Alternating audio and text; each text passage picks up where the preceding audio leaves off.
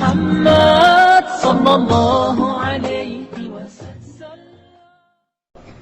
جن کو شہنشاہ وفا، سکایہ اہل بیت، تمنا علی، باب الحوائج، باب المراد، ثانی حیدر، برادر حسنین، افضل الشہداء، قمر بنی ہاشم، امید سکینہ، استاد علی اکبر، استاد قاسم، علمدار کربلا، جناب عباس علمدار، رفتیں عظمتیں جن کی شان پہ ناز کرتی ہیں. آپ کی ولادت ہوئی ہے 26 ہجری میں اور شہادت ہوئی ہے میدان کربلا میں 61 ہجری میں. اور رسول اللہ صلی اللہ علیہ وسلم کے وصال کے بعد اور حضرت فاطمہ کی جب چھ ماہ بعد 6 ماہ بعد آپ کا وصال ہوا، اس کے بعد ایک طویل عرصہ حضرت علی نے چھوٹے بچوں کی پرورش میں گزارا اور پھر آپ نے خواہش کی کہ عقد ثانی کریں. اس سلسلے میں آپ نے اپنے بڑے بھائی حضرت عقیل سے مشورت کی. تو حضرت علی نے ایک خواہش ظاہر کی ان سے کہ آپ میرے لیے کوئی ایسا رشتہ تجویز کیجئے بھائی صاحب جو خانوادہ اپنی شجاعت، بہادری اور عہد ایفا کرنے میں ضرب المثل ہو. بنو کلاب ایک خاندان ہے جس میں بڑے شاعر اور بڑے صاحب حیثیت لوگ پیدا ہوئے ہیں. ان کی شجاعت کے ساتھ ساتھ سخاوت بھی مشہور تھی. چنانچہ حضرت علی نے تجویز کیا یہ رشتہ جو حضرت عباس کی والدہ ہیں جن کا لقب ام البنین ہے اور کہا جاتا ہے کہ ان کا اسم گرامی بھی فاطمہ تھا. فاطمہ کلابیہ کہلاتی تھی جی، اپنے قبیلے کی نسبت سے.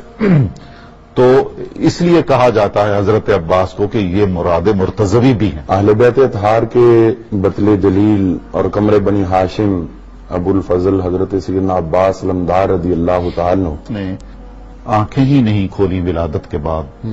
پہلی نگاہ آپ کی حضرت امام حسین کے چہرہ انور پر پڑی. حضرت امام حسین علیہ السلام ہی کے حصے کے تھے. اچھا، ساری زندگی انہی کے ساتھ ہی سارے بھائی باقی 3 بھائی بھی بالکل ایسا ہی ہے، بالکل ایسا. سیدہ ام البنین کے جو بیٹے تھے 4 تھے نا، 4 بیٹے تھے تو چاروں ہی قربان ہو گئے. بالکل قربان. امام علی مقام. تو حضرت علی المرتضیٰ نے آپ کی پرورش کی اور بہت استفادہ کیا. بہت خوبصورت تو تھے ہی، قد و قامت بھی بالکل پہلوانوں جیسا اور سپہ سالاروں جیسا تھا. اور اتنے بلند قامت تھے کہ لڑک پن میں بھی اگر گھوڑے پہ بیٹھتے تھے تو پاؤں زمین پہ نشان. حضرات حسنین کریمین تو رسول کریم صلی اللہ علیہ وآلہ وسلم سے مشابہت رکھتے تھے، ظاہری بھی اور باطنی بھی. تو حضرت علی کا چہرہ انور مجسم ہو کر سامنے آ جاتا تھا حضرت عباس کو دیکھنے سے. نہیں، ایک مجلس لگی ہوئی تھی تو حضرت امام حسین نے پانی طلب فرمایا. اب ظاہر مہمان بھی بیٹھے تھے تو حضرت عباس چند برس کے تھے تو آپ گھر تشریف لے گئے اور ایک بہت بڑا برتن جو ایک بچے کے لیے اٹھانا بہت مشکل تھا وہ پانی کا بھرا ہوا بڑی مشکل سے لے کر مجلس میں آئے. حضرت عباس علمدار رضی اللہ تعالیٰ وہ عظیم شخصیت ہے جن کا احترام صحابہ کرام بھی کیا کرتے تھے. حالانکہ حضرت عباس خود صحابی نہیں تھے، خود درجہ تابعیت میں تھے، لیکن اس کے باوجود ان کا احترام کے بار صحابہ کرام کرتے تھے. بلکہ حضرت سیدنا جابر رضی اللہ عنہ جب ان کے پاس آتے تو ان کو جب سلام کرتے تو 1 مرتبہ سلام نہیں کرتے تھے بلکہ 2 مرتبہ سلام کیا کرتے تھے. حضرت جابر رضی اللہ تعالیٰ ان کو جب سلام کرتے تو السلام علیکہ یا ابا القاسم، السلام علیکہ یا عباس ابن علی، یہ کہہ کر ان کو 2 مرتبہ سلام کا نذرانہ پیش کیا کرتے تھے. یہ ان کی صحابہ کرام میں مقبولیت کی علامت ہے. آپ نے جو علم حاصل کیا وہ سب سے پہلے تو اپنے والد محترم حضرت سیدنا مولا علی المرتضیٰ شیر خدا کرم اللہ تعالی وجہ الکریم سے حاصل کیا.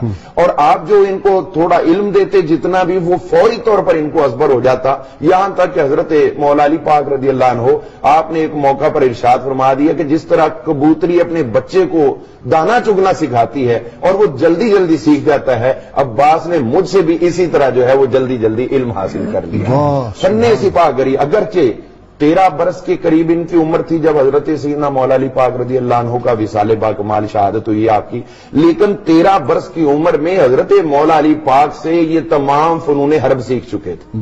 اسی لیے آپ کے القاب میں حیدر ثانی کا بھی ایک لقب موجود ہے. اور روایت حیدری تھی شجاعت اور بہادری کی اور فنون حرب و ضرب کی، وہ منتقل ہوئی حضرت عباس کے ذریعے خانوادہ اہل بیت، یعنی حضرات حسنین کریمین کی اولاد نے آپ ہی سے اپنے دادا کا ورثہ یہ پایا. آپ کی ایک کنیت وہ ہے جو رسول کریم صلی اللہ علیہ وآلہ وسلم کی کنیت ہے ابو القاسم.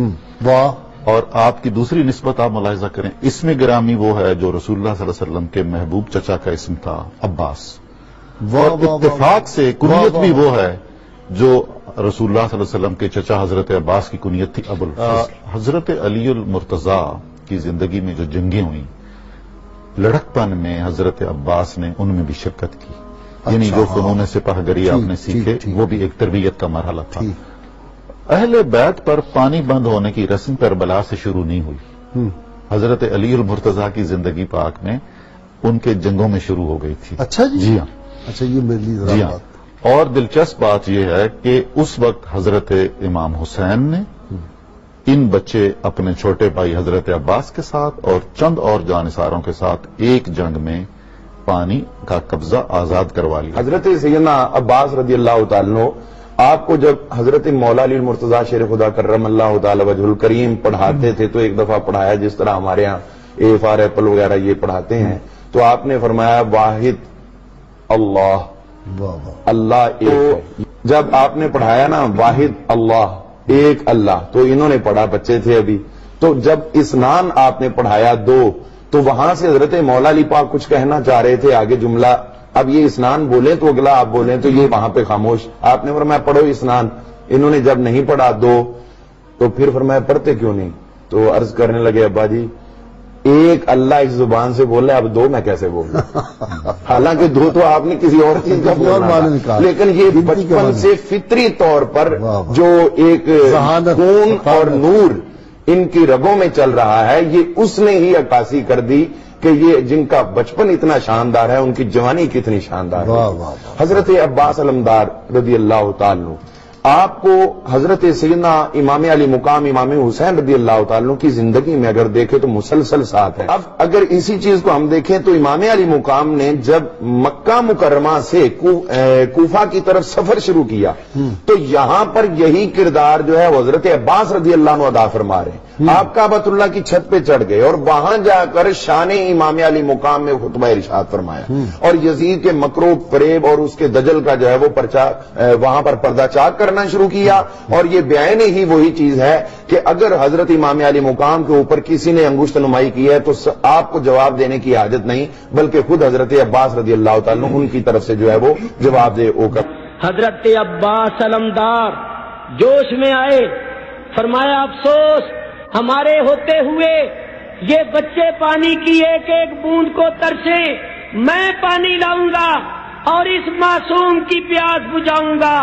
حیدر کرار کے بہادر فرزند نے، حضرت امام علی مقام کے لشکر کے علم بردار نے تلوار ہاتھ میں لے لی، مشکیزہ کندھے پر ڈالا، باہر نکلنے لگے تو حضرت سکینہ نے کہا چچا جان مجھے بھی پانی پلاؤ گے نا؟ ہاں بیٹی میں پانی لاؤں گا تو تمہیں بھی پلاؤں گا، پھر ہم سب پانی پیئیں گے۔ باہر نکلے، گھوڑے پر سوار ہو گئے، محاذ کی طرف جانے کے بجائے ذرا رستہ بدل کر نہر فرات کی طرف چلے، نہر پر پہنچ گئے۔ وہ 4000 افراد جو نہر پر متعین تھے، انہوں نے جب حضرت عباس کو آتے ہوئے دیکھا وہ ہوشیار ہو گئے، وہ کھڑے ہو گئے، انہوں نے کمانوں پر تیر چڑھا لیے، نیزے سنبھال لیے، تلواریں میان سے باہر نکال لیں۔ حضرت عباس علمدار نے کہا مجھے ایک بات بتاؤ، تم مسلمان ہو کہ کافر ہو؟ کہنے لگے پکے مسلمان۔ آپ نے فرمایا تف ہے تمہاری مسلمانی، بدبختو یہ مسلمانی ہے؟ نہر فرات پر بیٹھے ہوئے ہو، اولاد رسول کا پانی بند کیا ہوا ہے، جس نہر کا پانی جانور تلک پی رہے ہیں، تم نے اس نہر کا پانی اولاد رسول پر بند کیا ہوا ہے، جس رسول کا کلمہ پڑھ کے مسلمان کہلاتے ہو اس رسول کی اولاد پر پانی بند کیا ہوا ہے، اور اپنے آپ کو پکے مسلمان کہتے ہو۔ تمہیں شرم نہیں آتی؟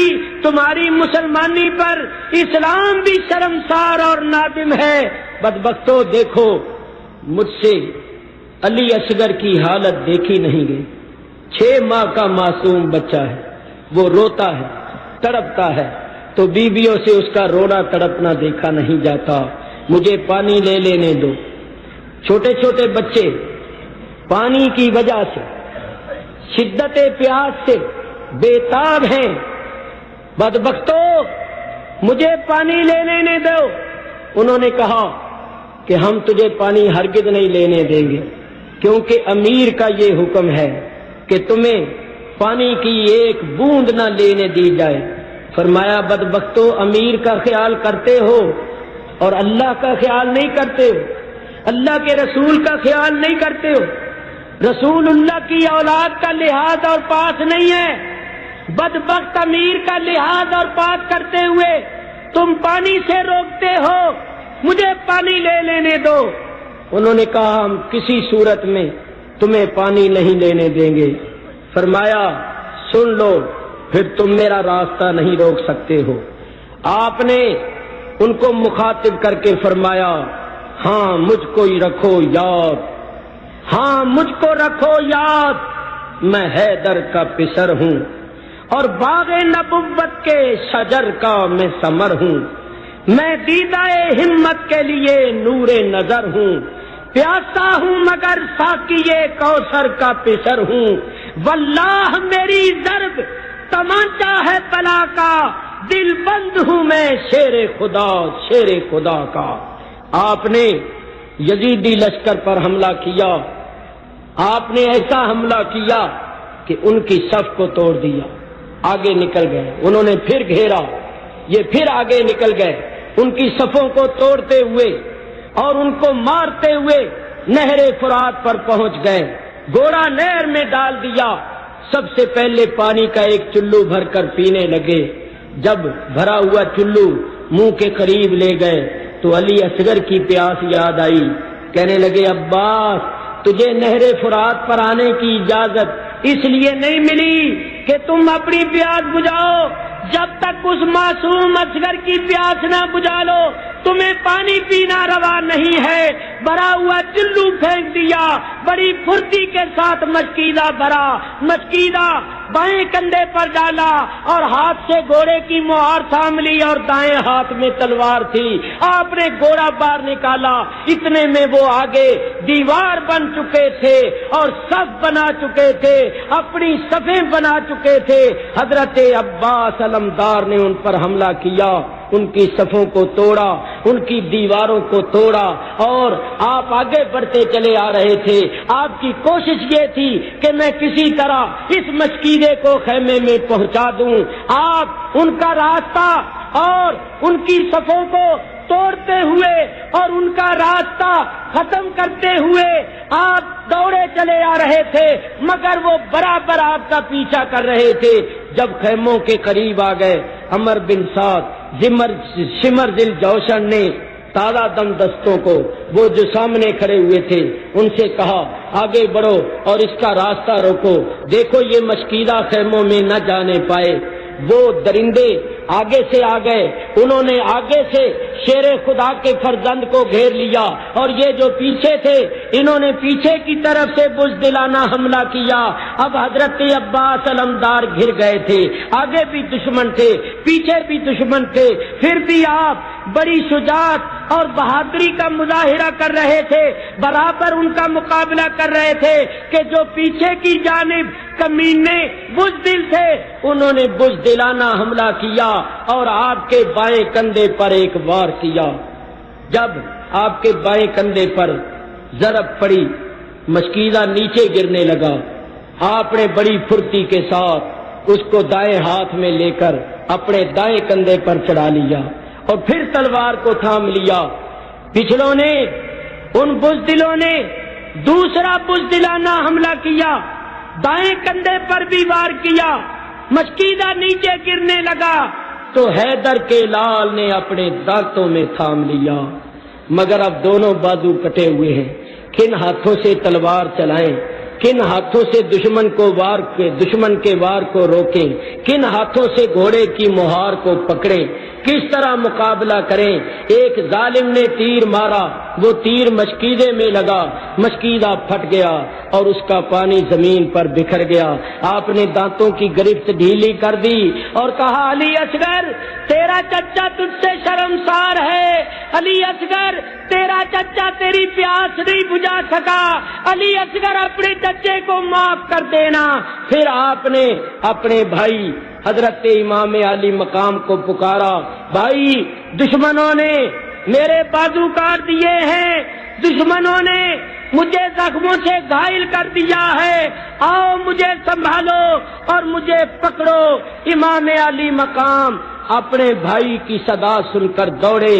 جب امام علی مقام حضرت عباس علمدار کے پاس آئے، محاذ پر آئے، تو اتنے میں دشمن ان کا کام تمام کر چکے تھے، ان کا سر جسم سے جدا کر چکے تھے۔